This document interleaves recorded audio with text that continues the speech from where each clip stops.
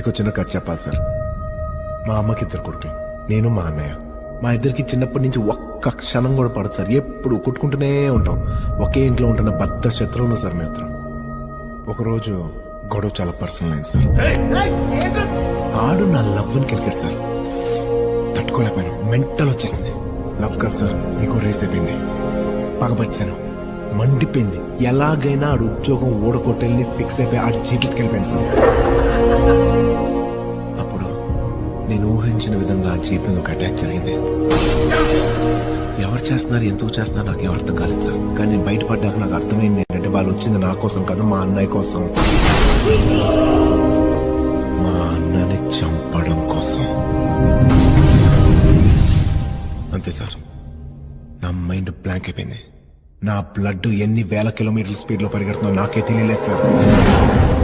ఆ క్షణం నాకు వాడి మీద ఉన్న కోపం, ద్వేషం, పగ ఏది గుర్తుకు రాలేదు సార్. నా మైండ్ లో ఉన్నదల్లా ఒకటే, మా అన్నయ్యని చంపాలనుకున్నాడు, బ్రతకూడదు.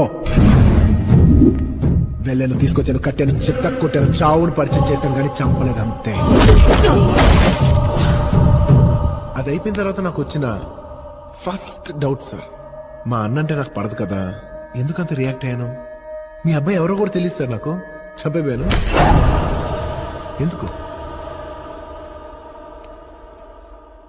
ఆ బ్లడ్ లో